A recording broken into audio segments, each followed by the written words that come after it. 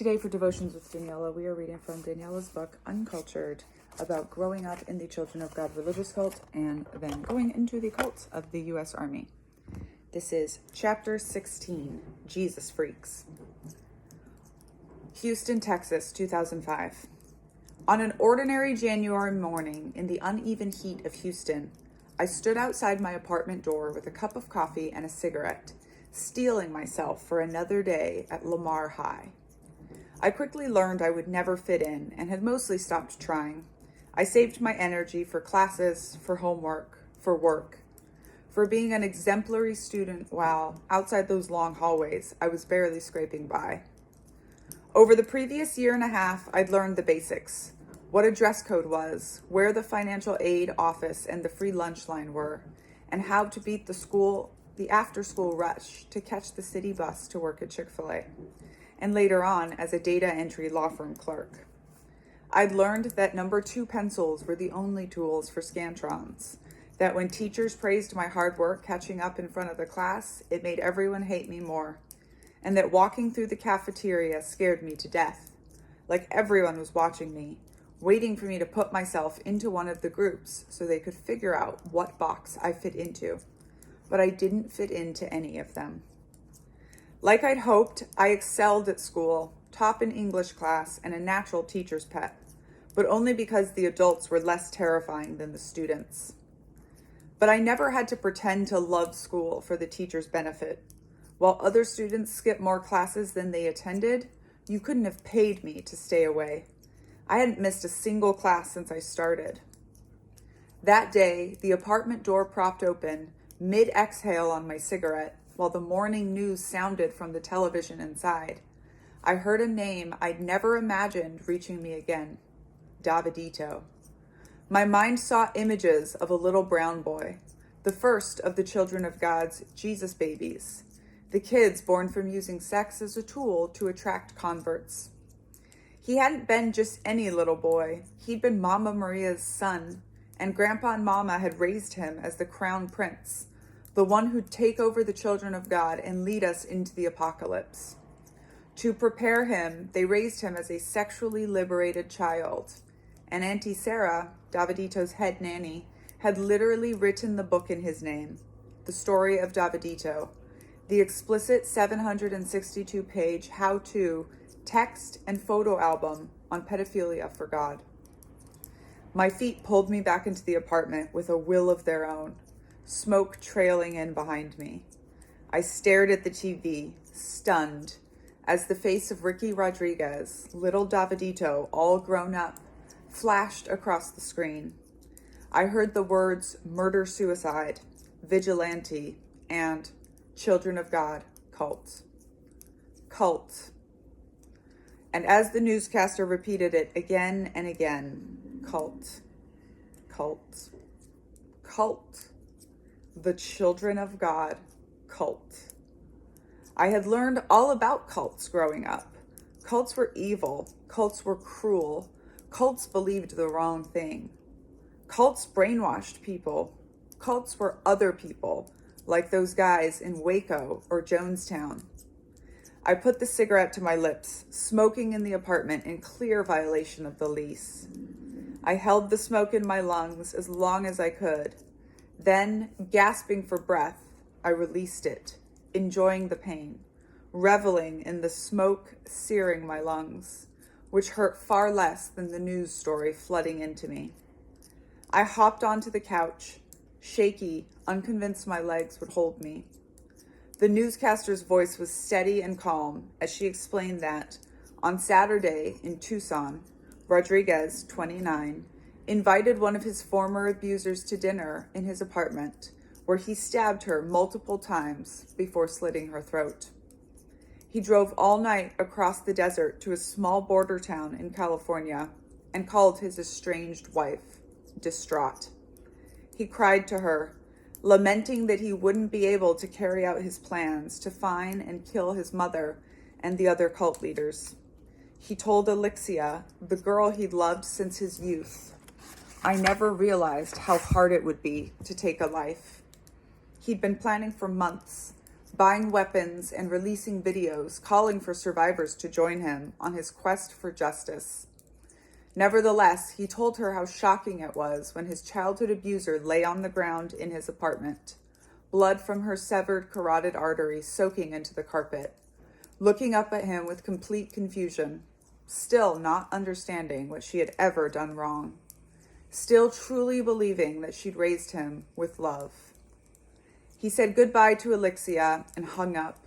Then, with one shot from a handgun, he took his own life.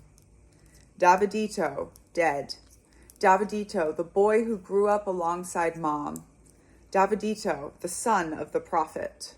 The boy who was to save us all, had not even been able to save himself from the demons forced upon him. A sick kind of knowing descended upon me, a strange calm. I dreamed of revenge on the uncles and aunties who'd tortured me, but he'd done it. He'd killed her, violently, slowly. I knew murder was wrong, but I was not sad for her.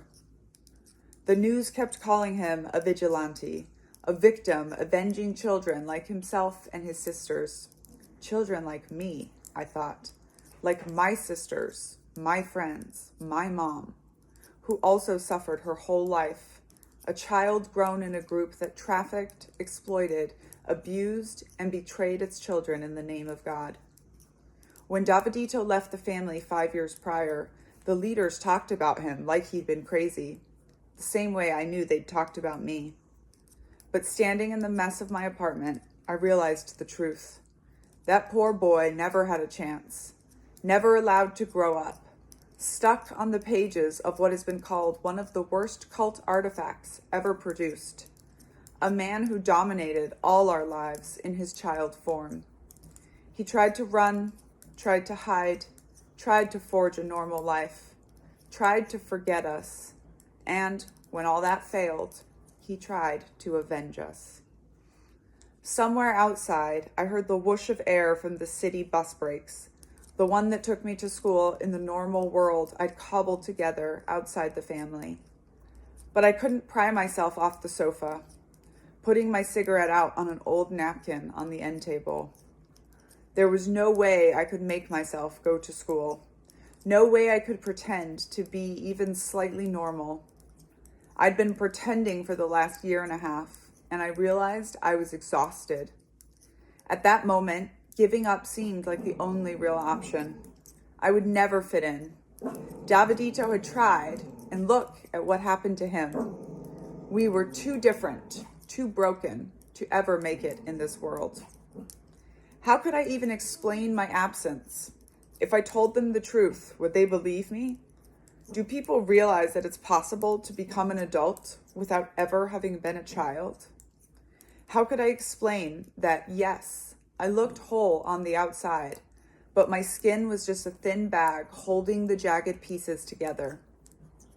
So I sat there, frozen, my feet heavy, on a tattered couch in a Houston apartment, mind traveling fast, back to communes in third world countries, cold 3-minute showers, leafy green mango trees laden with pink and gold fruit, back to Bible verses and beatings, sexual punishments and preparations for the apocalypse, back to the cult that raised Davidito, the vigilante murderer, back to the cult that raised me, back to the people who hurt us and will never, ever have to pay.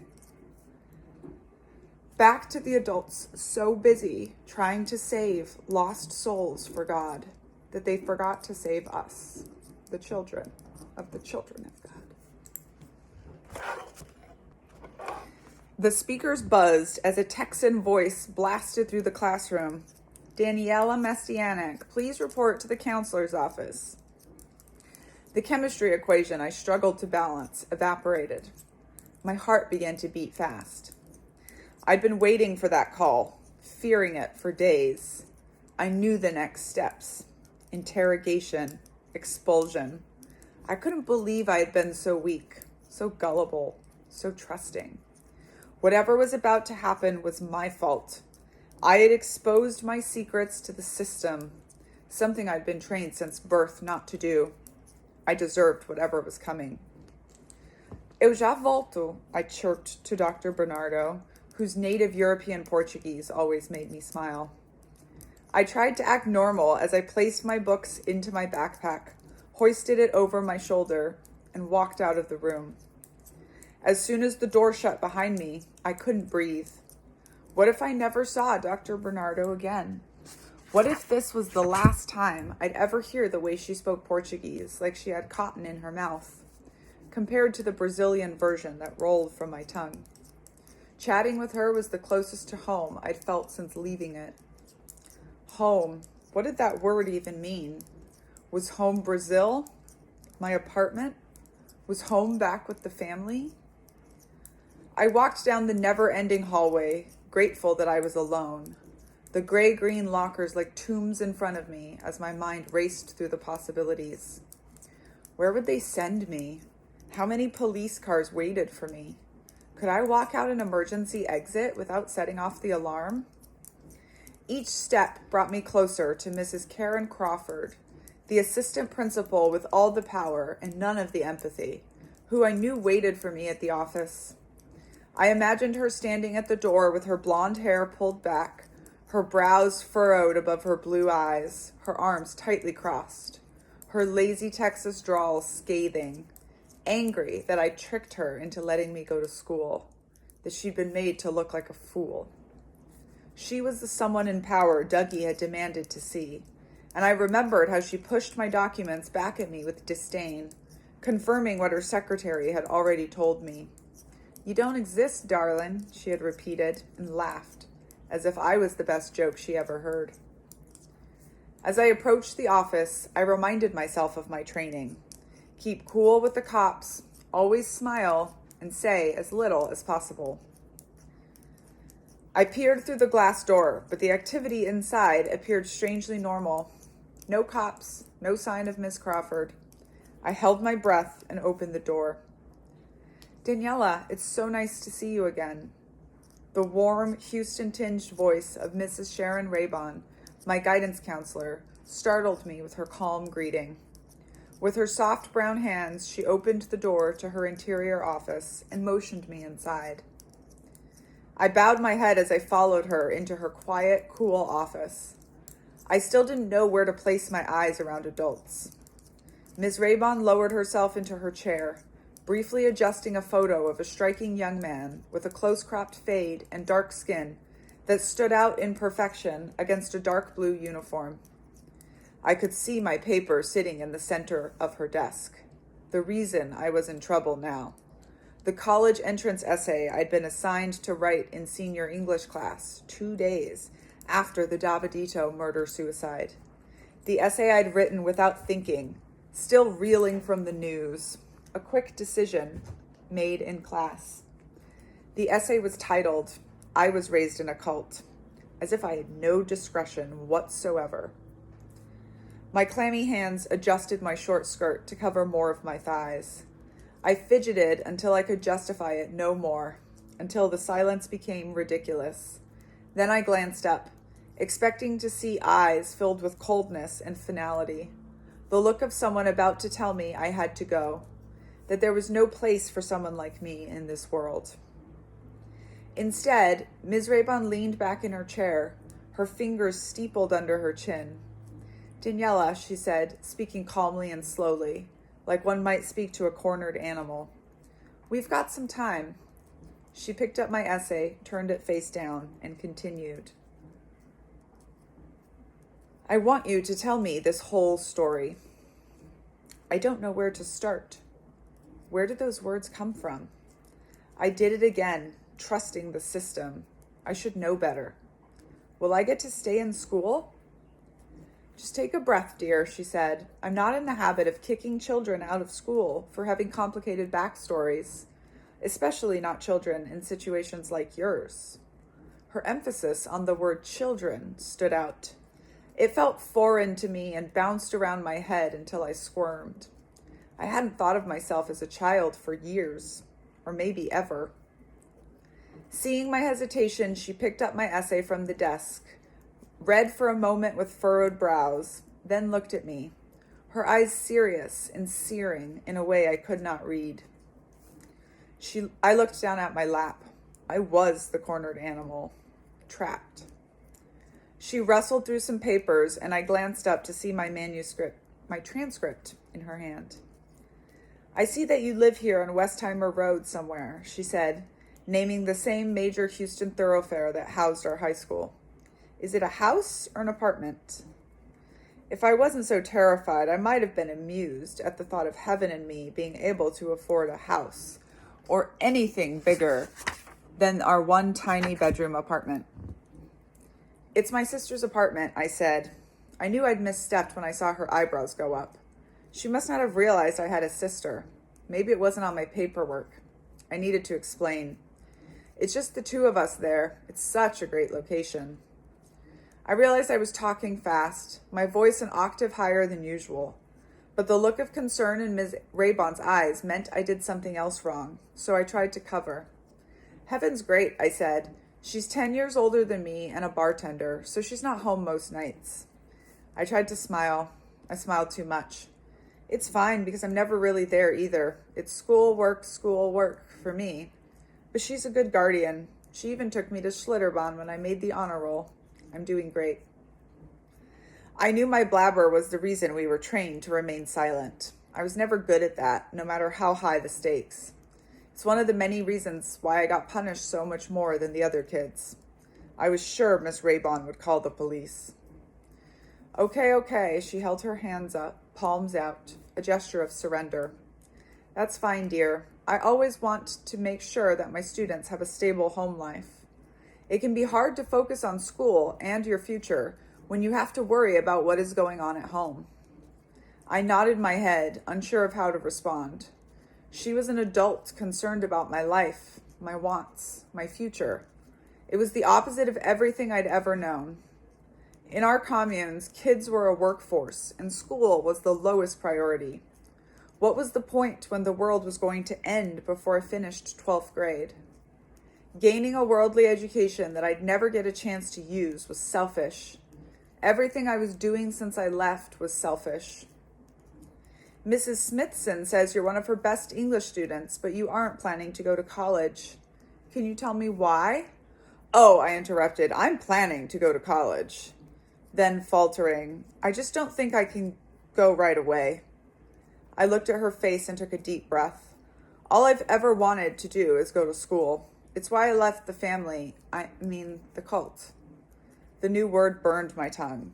I expected something to happen, some heavenly sign that I had sinned. But Ms. Raybon nodded. It's complicated. I don't even know how to get started getting into college. I'm so different, and it's so expensive. I can barely support myself in high school, and high school is free. She listened like she wanted to hear what I had to say, like she believed me, and that kept me talking. I talked with the Marines when they were on campus, and they told me I could sign up for a couple years of service, and then all school is paid for. I took their test and did really well, so he said I could pretty much have any job I want. I could be a linguist. I'm trilingual, you know. That's one good thing I got from my upbringing. I'm fine. I smiled big for her. I'm going to be fine. Ms. Raybon didn't respond immediately. I tried to study her face, but she was as practiced as any auntie. After a few moments, she leaned forward and swiveled the picture frame on her desk around to face me. I stared at the handsome young man in navy blue, shoulders squared, dark eyes looking right at me. Have I told you about my son, Dominic? She asked. He considered the Air Force Academy, even attended their summer program, as his goal is to be a pilot. We explored a lot of different options, but in the end, he decided that he wanted the college experience and received a full-ride academic scholarship to Hampton University, an HBCU in Virginia. That's really what your junior and senior year are for. Figuring out what you want to be and doing the work to get you there. He worked hard to get the opportunity to attend the Air Force Academy, but it would have been a very hard path. As a Black man, he would have been in for a far different experience than many of the others. She paused, and I saw something like sadness wash over her eyes. So will you, as a woman. She said, I'll support you if you really want to be a Marine, like I supported my son through his journey. But I hate seeing my kids join the military because they think that's their only choice. My kids, she had said. Something inside me shifted, unlocked. I felt the need to defend her son and the path he'd considered, to defend us. As far as only choices go, getting paid to see the world doesn't sound so bad. The travel's exciting, she said. The military can be great, but if all you've ever wanted is to go to college, why rule that out? I was about to reply, but she lifted her forefinger up and I hushed. It's what I do. It's my job to help you figure out the best path after high school. There's a way into college for kids like you, for anyone with a story like this. The only way that would ever happen is if money fell out of the sky, I said. She smiled. For a lot of kids who get scholarships, that's what they tell me it feels like. They write essays, especially ones as searing and truthful as yours, and then colleges ask them to come. They want to pay for the privilege of educating them. Why? Because kids like you are an asset to their school. She looked me in the eye and I looked back. It takes bravery to tell the truth, to write down what happened, to say it out loud. It's how we understand each other. You're a reader. You know how other people's stories can change you. I nodded, but I didn't understand. People got money for being honest with their words? The only thing I'd ever seen come from the truth was punishment. You're a model student, Daniella, Ms. Raybon said. I had no idea what I was feeling. My heart pounded in my chest, and it was hard to get in a full breath. I wanted to both run out of the room and stay with Ms. Raybon forever. I'm sorry you've had to experience all of this. I don't know you well yet, but you seem like a young woman working hard to do well. I'm glad you decided to write this, and I thank you for trusting me to share it. I think I can help you. With your permission, I'd like to talk to some of the other counselors about your situation and see what resources and ideas they can add. She paused, eyebrows raised in question. I swallowed hard and nodded my head. Yes. Maybe I wasn't on my own after all. Maybe I could trust her and let her help me, as I had let Dougie help me get into school. Maybe leaving the family, leaving my group, didn't mean it was completely on me to live or die by my own choices. Maybe I did exist. I think I'd like that, I said tentatively. Then, gathering some gumption, I continued more firmly. Let's make a plan. Okay, said Miss Raybon, breaking into a grin. Tell me, what do you know about the SATs?